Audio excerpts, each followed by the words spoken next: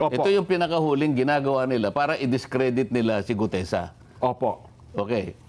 Merong post sa isang page na kung tawagin ay Kabayan Patrol. Naku, oo. Sinirculate ito across sa social media. Ito Viral yung yan. nakalagay na post na kung pwede na si Direk. Ayan, ayan. Ayan, sinasabi niya, Orly Gutesa breaks silence. Pinilit lang ako nila Defensor at Marcoleta. Aha. Isip-isipin mo yan, Jen. Gutesa admitted that he was forced to sign a fake affidavit against Speaker Romualdez out of fear and pressure. Ito,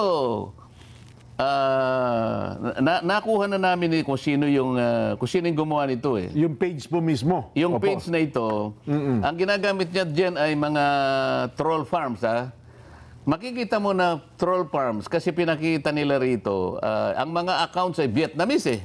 Ganun po? May Vietnamese accounts, karamihan ha. Oo. So kung Nako. halimbawa sa 1,500 Vietnamese at yung iba pa Arabic accounts, para kunwari maraming sumusuporta. Maraming nag-suporta at comment. Opo. Oo, ha. Ngayon, ibalik nga natin doon para makita natin.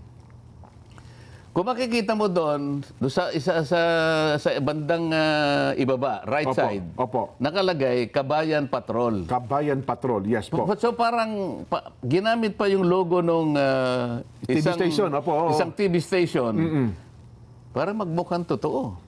So nakikita nyo ngayon kung ano ang kanilang pakay.